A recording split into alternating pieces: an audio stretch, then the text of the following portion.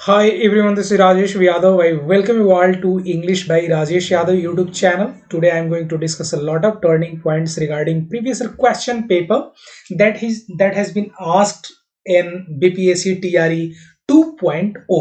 तो यहाँ पर आज मैं आप लोगों के सामने कुछ क्वेश्चन डिस्कस करता हूँ जिसको आप लोग देखेंगे और इसी तरीके से आप लोग अपने आप को प्रिपेयर करेंगे ना TRE 3.1 के लिए। आपको प्रिपेयर करना है किसके लिए? BPSC TRE 3.0 के लिए। और ये जो मैंने क्वेश्चन आपके सामने रखा हुआ है ये BPSC TRE 2.0 का प्रश्न है। ठीक है, तो यहां पर आप लोग डिस्कस करेंगे और इसको सिस्टमैटिक तरीके से आप लोग समझने का प्रयास करेंगे। जहां कहीं पर भी डाउट होगा उसको मैं आप लोगों के सामने सिस्टमैटिक तरीके से प्रेजेंट करूंगा। ठीक है, 1 मिनट के लिए आप लोग होल्ड करेंगे, please wait for a moment. और मैंने आपको बताया ये जो क्वेश्चन मैंने आपके सामने प्रेजेंट किया है ये बीपीएससी TRE 2.0 का है और इसी बेसिस पर आपको तैयार करना है, इसी तरीके के प्रश्न पर आपको काम करना है बीपीएससी TRE 3.0 के लिए। ठीक है, तो तैयार हैं आप लोग? यदि तैयार हैं तो आपके सामने मैं प्रश्न रेज करता हूं और इसको आप लोग देखेंगे और जहां कहीं पर भी डाउट होगा आप लोग अपने प्रश्न को पूछते रहेंगे। ठीक है, चलिए बीपीएससी 6 to 8 में जो प्रश्न पूछा गया था दिसंबर 2023 में, उस प्रश्न को मैं आपके सामने प्रेजेंट कर रहा हूं। प्रीवियस क्वेश्चन में भी मैं आपके सामने जो पीछे में आपको पढ़ाया था वहां पर भी बीपीएससी से ही रिलेटेड क्वेश्चन मैंने आप लोगों के लिए प्रेजेंट किया था बीपीएससी TRE के लिए। यहां पर भी मैं बीपीएससी TRE 3.0 के लिए ही प्रश्न आपके सामने रेज कर रहा हूं, लेकिन यहां पर हम लोग प्रीवियस ईयर क्वेश्चंस के बारे में डिस्कस करेंगे। प्रीवियस ईयर क्वेश्चंस के बारे में हम लोग डिस्कस करेंगे जो आपके एग्जाम में पूछा जा चुका है। आइए हम लोग देखते हैं यहां पर आपके सामने प्रीवियस क्वेश्चन जो है वह आपके बीपीएससी जो 6 to 8 का एग्जाम हुआ था उसके प्रश्न हैं और ये आपका TRE 2.0 के सारे प्रश्न हैं। इसी को मैं आपके सामने रखता हूं, पैसेज में बाद में कराऊंगा। पहला प्रश्न आपके स्क्रीन पर सेंटेंस कह रहा है कि choose the appropriate meanings of the following words from the alternative given below. यहां पर अप्रोप्रिएट मीनिंग के बारे में बात कर रहा है, इसका मतलब आपको अरोमा शब्द का सिनोनिम पूछ रहा है। क्या पूछ रहा है? ये अल्टरनेटिव पूछ रहा है। तो सिनोनिम के लिए आपको यहां पर ध्यान रखना है कि जो वर्ड आपके सामने रखा गया है इसका सिनोनिम क्या होगा। अरोमा जो वर्ड है इसको यदि मैं आपके सामने बताना चाहूं कि अरोमा के सिनोनिम क्या क्या होते हैं तो मैं इसको बोलूंगा फ्रैग्रेंट, जो भी चीजें होती हैं, फ्रैग्रेंस, परफ्यूम, सेंट, ऑर्डर ना, बुके, वीफ, परफ्यूम, स्मेल, अलग अलग डायमेंशंस पर इसके बारे में हम लोग बात करते हैं।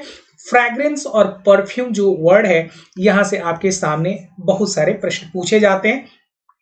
तो यहां पर इसके सिनोनिम के बारे में यदि बातें करूं तो मैं इसको कहूंगा कि भाई इसको हम लोग सेंट भी कह सकते हैं, इसको हम लोग परफ्यूम भी कहते हैं, इसी को हम लोग स्मेल के केस में भी हम लोग यूज कर लेते हैं। ध्यान रखेंगे स्मेल अलग, सेंट से भी स्मेल ही आता है। तो यहां पर जो स्टेटमेंट आपका है synonym word, C is the correct answer.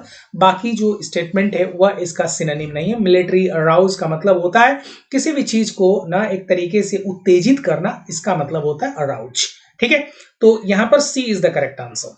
Next question आपके स्क्रीन पर, ये बीपीएससी 6 to 8 में पूछा गया प्रश्न है और यहां पर मैं आपके सामने रिवाइव वर्ड के बारे में हम लोग बात कर लेते हैं। यहां पर भी रिवाइव का सिनोनिम पूछ रहा है। ध्यान आपको रखना है कि रिवाइव के बारे में बात करते हैं तो कोई भी चीज आपके सामने यदि रखी जाए तो वह चीज है जो मतलब एक तरीके से डॉर्मेंट स्टेज में चली गई हो और उसको आप दोबारा से रिवाइव करते हैं, इसको हम लोग रिससिटेट भी बोल सकते हैं, रिकवर भी बोल सकते हैं, रिक्यूपरेट भी बोल सकते हैं। इसी वर्ड को हम लोग कम अराउंड बोल सकते हैं या ब्रिंग अराउंड के बारे में भी बात कर सकते हैं। रिक्यूपरेट या रिकवर के केस में भी हम लोग इसको यूज कर लेते हैं।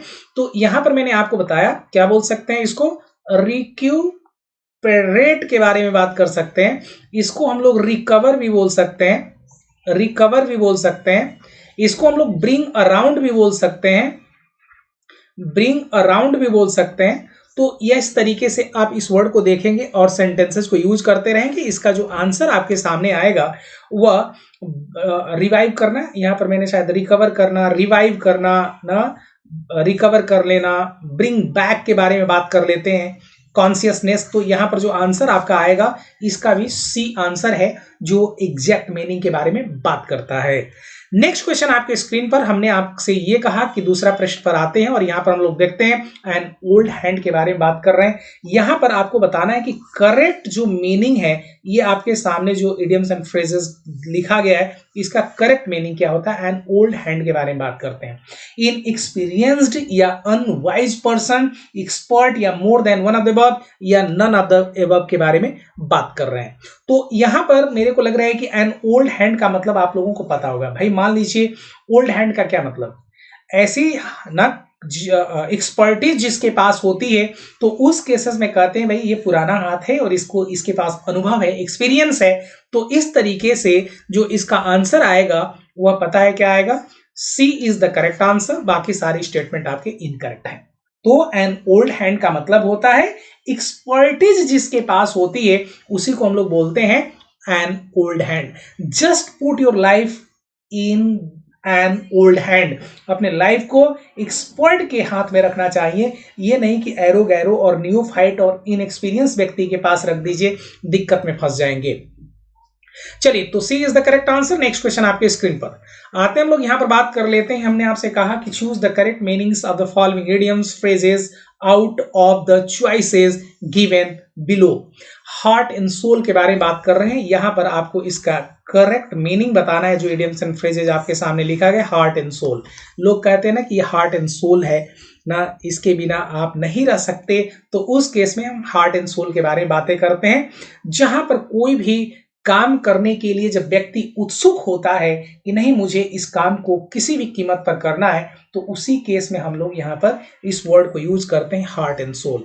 यहाँ पर जो आंसर आपका आएगा वह पता है आंसर कौन सा है इसका, हार्ट एंड सोल का। हेजिटेटिंगली का मतलब होता है हिचकिचाहट, वीक का मतलब कमजोर। यहां पर ध्यान रखिए, इसका जो आंसर आएगा हार्ट एंड सोल का, वह eagerly is the correct answer. I want to do this work heart and soul, इसका मतलब I want to do this work eagerly. तो ये आपके सामने सेंटेंसेस में भी यूज किया जा सकता है। ए इज द करेक्ट आंसर। तो मैंने आपको यही बताया कि जब भी आपके सामने, जैसे मान लीजिए किसी ने कहा स्मेल अ रैट के बारे में बात कर लेते हैं, टू स्मेल अ रैट। तो आपको इस तरह के स्ट्रक्चर जहां भी आते हैं, टू स्मेल अ रैट, आप इसके अलग अलग मीनिंग यदि जानते हैं तब भी इसका अर्थ नहीं निकाल पाएंगे। क्योंकि ये जो स्टेटमेंट आपके सामने, ग्रुप ऑफ स्टेटमेंट जो आपके सामने रेज किए जाते हैं, you have to understand the depth and inherent meaning of the given statement. इसका इनहेरेंट जो मीनिंग है उसके बारे में आपको पता होना चाहिए। जहां पर फॉल्स स्मेलिंग के बारे में बात करते हैं, फॉल्स डीलिंग के बारे में बातें करते हैं, यही होता है फॉल डीलिंग्स बोलते हैं, डीलिंग्स बोलते हैं, ये इसका मीनिंग होता है। चलिए नेक्स्ट क्वेश्चन आपके स्क्रीन पर, बेड ऑफ रोजेस। सभी जानते हैं बेड ऑफ रोजेस क्या होता है।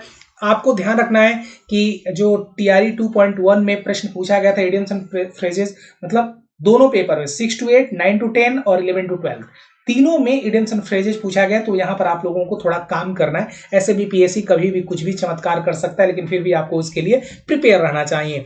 बेड ऑफ रोजेस का मतलब होता है जहां पर आनंदमय जीवन आप जीते हैं, उसी को हम लोग बेड ऑफ रोजेस कहते हैं। तो वेरी इजी, रेड और स्मॉल, इसके बारे में बात नहीं करते हैं।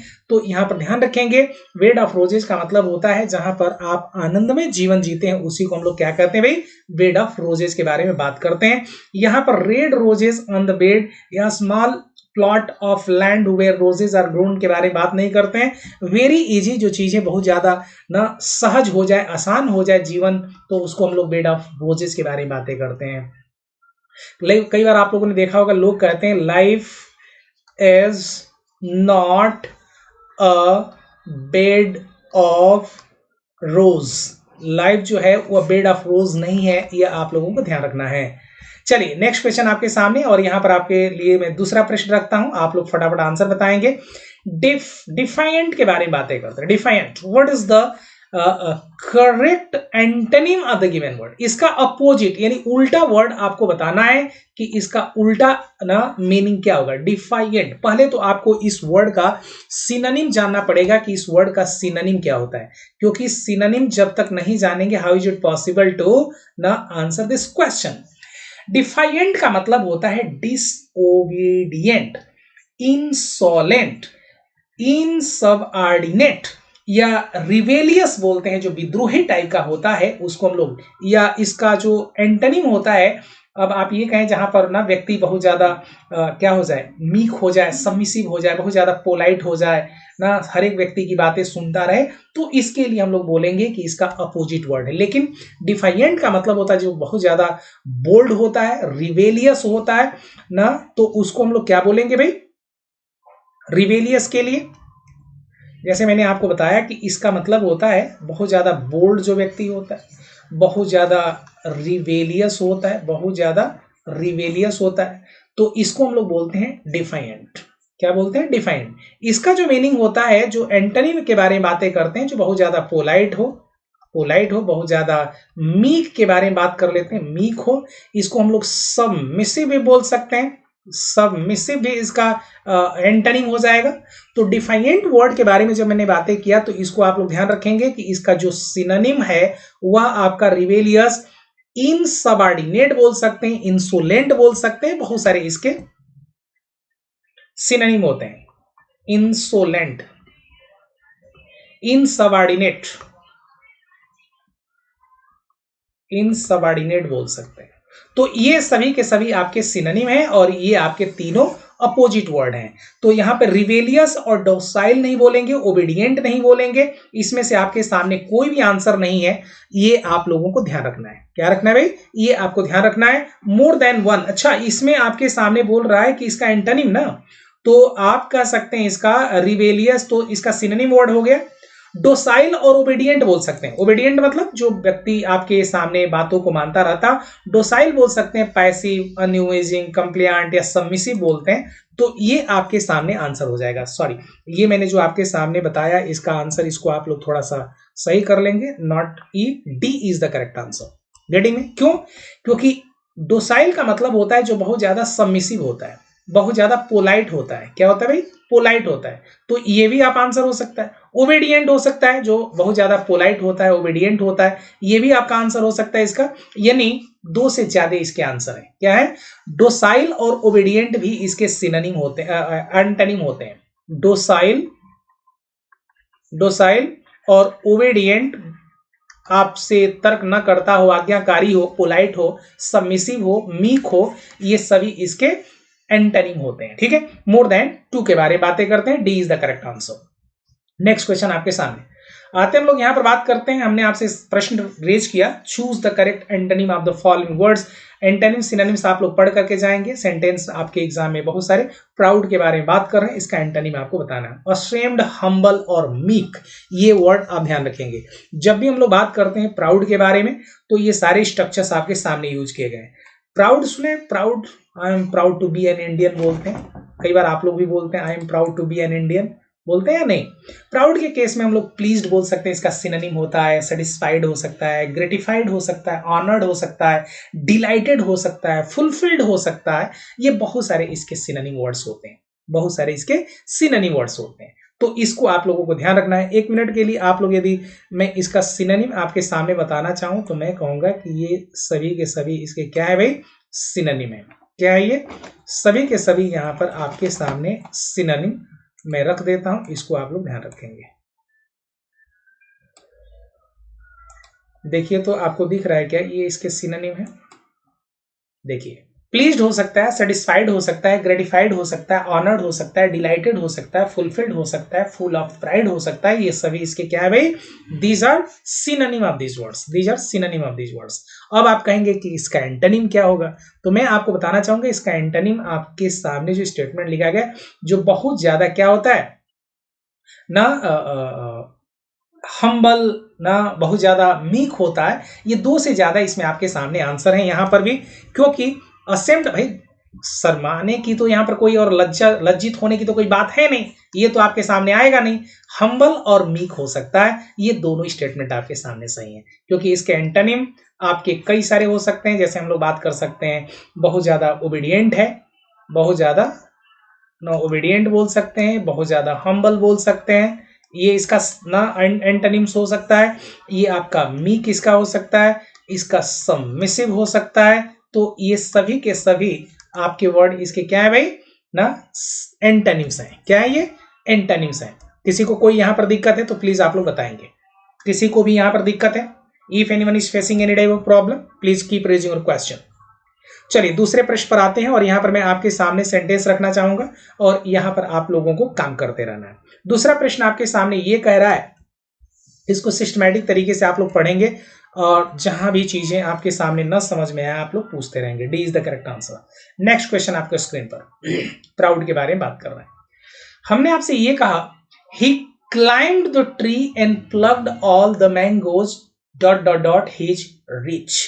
सेंटेंस में यहां पर आपको fill in the blanks, near, beside या विद इन के बारे में बात कर रहे हैं। एक बात बता दीजिए भाई, आपने कोई भी व्यक्ति है और वो पेड़ पर चढ़ता है और चढ़ने के बाद वो क्या करता है ना, जो भी उसके रीच में आती हैं चीजें, जो उसके नजदीक हैं, उसको क्या कर लेता है? तोड़ लेता है। इसी के बारे में बात करेंगे। तो यहां पर वो पेड़ पर चढ़ा, उसके बाद पेड़ पर चढ़ा, उसके बाद प्लग्ड ऑल द मैंगोज, उसके जो पहुंच में जितनी भी चीज, जितने भी मैंगोज आए सभी को उसने क्या किया भाई? तोड़ दिया। तो यहां पर आप बिसाइड मतलब बगल में, विद इन भी बोल सकते हैं, उसके अंदर, जो भी उसके अंदर तो नहीं आ सकता, नजदीक हो सकता है। बिसाइड के बारे में बात कर सकते हैं। बिसाइड का मतलब होता है बगल में। क्या होता है? बगल में। जैसे Radha is sitting beside me. Near का मतलब समीप होता है। तो यहां पर इसका जो आंसर आपके सामने आएगा, यह मोर देन टू के बारे में बात कर सकते हैं। किसके बारे में बातें करेंगे? लेकिन एक चीज आप बताइए, यहां पर करें fill in the blank with the suitable choices, climb the trees and plugged all the mangoes. अच्छा, ये सेंटेंस आपको नियर हिज रीच नहीं बोल सकते, ये ध्यान रखेंगे। यहां पर आपके सामने उसके अंदर, यानी जैसे मान लीजिए कोई व्यक्ति, ये आपके सामने जो ऑल द अबव मैंने आपको बताया, ये इसका आंसर करेक्ट नहीं आएगा। ये थोड़ी देर के लिए, 1 मिनट के लिए आप लोग होल्ड करेंगे, क्योंकि ये कह रहा है कि उसके रीच में, यानी मैं आपके सामने यहां पर हूं और मेरे रीच में मेरा हाथ पैर मान लीजिए इतना दूरी में जा सकता है। तो इसके अंतर्गत ही, इसके अंदर ही, इसके अंदर ही जो चीजें आएंगी, इस परिधि के अंदर जो चीजें आएंगी, उसी को मैं क्या कर सकता हूं ना, उस पर कमांड डेवलप कर सकता हूं, उसको ना तोड़ सकता हूं। तो यहां पर ये समीप और बगल में नहीं होगा। समीप तो हो सकता है कि वह नजदीक हो लेकिन पहुंच नहीं पा रहे हैं वहां पर। बगल में भी बैठा हो सकता है कि थोड़ा डिस्टेंस पर हो सकता है मेरा हाथ पैर वहां पर ना पहुंच पा रहा हो, तब भी आप बोल सकते हैं। थोड़ी दूरी में बैठे हैं तब भी आप बोल सकते हैं मेरे बगल में ही है। Are you getting? लेकिन यहां पर विद इन का मतलब, यहां पर जो आंसर एग्जैक्ट आएगा वो पता है क्या आएगा? ये with in is the correct answer. ये आपका डी इसका करेक्ट आंसर नहीं है, इसको आप लोग यहां से मिटा देंगे और यहां पर जो एग्जैक्ट आंसर आएगा वो सी इज द करेक्ट आंसर। ठीक है, तो देखिए जल्दीबाजी में होता क्या है ना कि खतरे से खाली नहीं है, तो जल्दीबाजी नहीं करेंगे और चीजों को समझते रहेंगे। C is the correct answer. Next question आपके स्क्रीन पर हमने सेंटेंस रखा, चूज द करेक्ट, मैंने नहीं रखा, बीपीएससी ने रखा हुआ। Choose the correct words to be filled in the following sentences, I will not dot dot dot this rudeness. ये सेंटेंस आपके सामने कहा है, बियर बियर बियर। ये बियर आपने भालू वगैरह के बारे में बातें करते हैं। एक बियर आपके सामने शराब पीने वाला बियर, एक आपके सामने इसका जो मीनिंग होता है, ध्यान रखेंगे, आपका सहन करना होता है, बर्दाश्त करना होता है। ठीक है, ये बियर का मतलब खाली भी होता है। आई विल नॉट क्या करूंगा भाई? उसके बर्दाश्त नहीं करूंगा। आपने ये बताने का प्रयास किया है। बर्दाश्त करने की इंग्लिश एक होती है, आपको बताना चाहूंगा। एक बियर शब्द है, इसी का सेकंड फॉर्म होता है बोर, और इसके थर्ड फॉर्म जो होते हैं वह आपके पता है क्या होते हैं भाई? ये जो आपके सामने लिखा गया BORNE, और एक होता है BORN। इसके दो मीनिंग होता है, एक का मतलब बर्दाश्त करना होता है, एक का मतलब होता है जन्म लेना। ठीक है, तो यहां पर जब आप बात करते हैं बर्दाश्त करने के बारे में, तो ये इसका मीनिंग आएगा, B is the correct answer. बाकी सारे उसके रूडनेस को, आई विल नॉट ना बेयर दिस रूडनेस, यानी B is the correct answer, बाकी सारी स्टेटमेंट आपके यहां पर गलत है। ठीक है, चलिए नेक्स्ट क्वेश्चन आपके सामने। बेयर का मतलब यहां पर, बेयर मतलब जैसे मानते हैं ना, बेयर मतलब नंगे पैर भी बोल देते हैं हम लोग, नंगे पैर, नंगे पैर, खाली, खाली के बारे में बातें करते हैं। ठीक है, यहाँ पर आपका एक वियर जो होता है ना, बातें करते हैं, जहां पर भालू वगैरह के बारे में बातें कर लेते हैं, वो वियर होता है।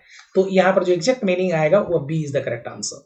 नेक्स्ट क्वेश्चन आपके स्क्रीन पर, सेंटेंस आपके सामने मैंने रखा, आप इसको देखेंगे, आंसर बताएंगे। Dash the father goes, his dog follows. Choose the correct words to be filled in the following sentence. यहां पर करेक्ट वर्ड क्या आएगा? Wherever the father goes, his dog follows, where the father goes his dog follows, earlier या none of the above, more than ना, आपके सामने sentence कह रहा है। एक बात बताओ, जहां कहीं पर भी वो जाते हैं उसका डॉग फॉलो करता है, सेंटेंस ये कह रहा है। ये सेंटेंस आपके सामने होना चाहिए कि भाई जहां कहीं पर भी फादर जाते हैं वहां पर क्या करता है भाई, उसके डॉग उसको फॉलो करता है। फादर का मतलब यहां पर ना, फादर मतलब पिता नहीं, मालिक। यहां पर फादर का मतलब है उसका जो मास्टर है उसके बारे में बात कर रहे हैं। डॉग का जो मास्टर है उसके बारे में आप फादर बोले हैं। इसे कॉमन नाउन नहीं, यहाँ पे द आर्टिकल लिखने की जरूरत नहीं। यदि मान लीजिए आपके सामने जनरल फादर के बारे में बातें करते हैं तो डॉग का थोड़ी ना फादर होगा। ठीक है, चलिए, तो हमने बोला कि उसका मालिक जहां कहीं पर भी जाता है उसका डॉग उसको फॉलो करता है, यह आपका एग्जैक्ट इसका आंसर आएगा। नेक्स्ट क्वेश्चन आपके सामने, चलिए दूसरा प्रश्न आपके सामने। मैं 4 क्वेश्चन कोशिश करता हूं कि और करा दूं आप लोगों को, ताकि आप लोग यहां पर चीजों को देख लेंगे और समझने का प्रयास करेंगे। रेडी में,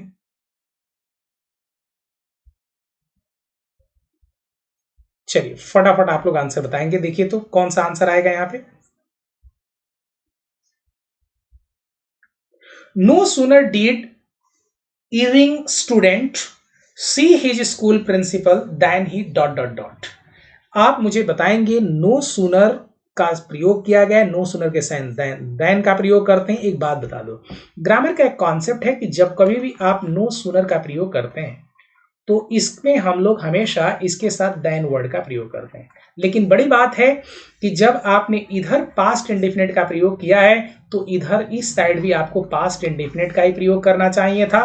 दोनों साइड में आपके सामने सेंटेंसेस पास्ट इंडेफिनिट में होंगे। ठीक है, ऐसे ग्रामर में कहा जाता है कि नो सूनर के साथ आप हैड का भी प्रयोग कर सकते हैं, लेकिन एक पार्ट में यदि हैड आया है नो सूनर के साइड में तो दूसरे साइड में भी पास्ट इंडेफिनिट का ही स्ट्रक्चर होगा।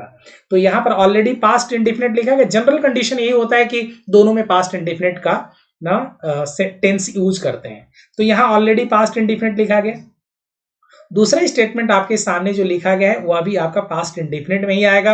अब इसमें से आपको बताना है कि सेंटेंस कौन सा एग्जैक्ट होगा।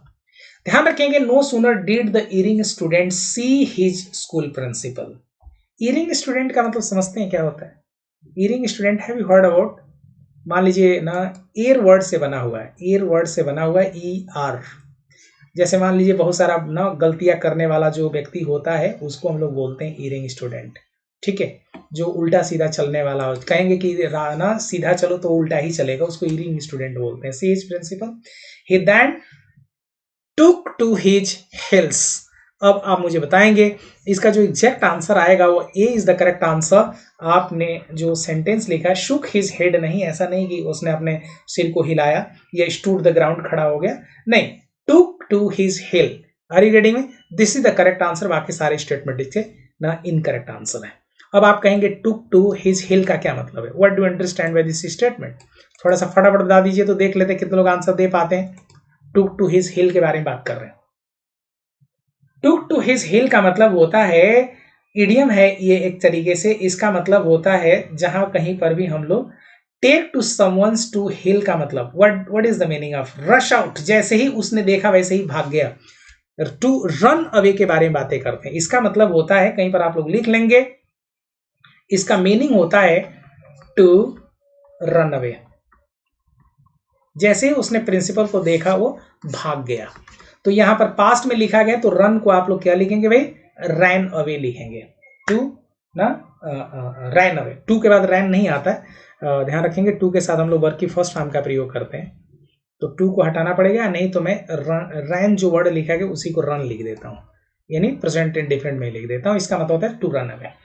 टेक टू हिज हिल का मतलब, टेक वंस हिल का मतलब होता है जब भी आपके सामने इस तरीके का सेंटेंस लिखा गया हो तो ये मीनिंग किसका होता है भाई,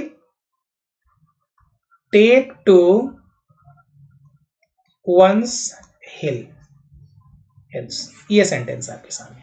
चलिए तो आज मैं यहीं पर रहने देता हूं, नेक्स्ट क्लास में और सारे डायमेंशन बातें करूंगा। मैं आप लोगों से विदा लेना चाहूंगा और नेक्स्ट क्लास में बहुत सारे डायमेंशन से बात करूंगा। Thank you very much. और आप लोग ध्यान रखेंगे, मैं आपको उन प्रीवियस क्वेश्चन से परिचित करा दूंगा जो आपके एग्जाम में पूछा जाता रहा है, तो उसी तरीके से अपने प्रिपरेशन को एक नया धार देना है। चलिए thank you very much, bye bye, take care.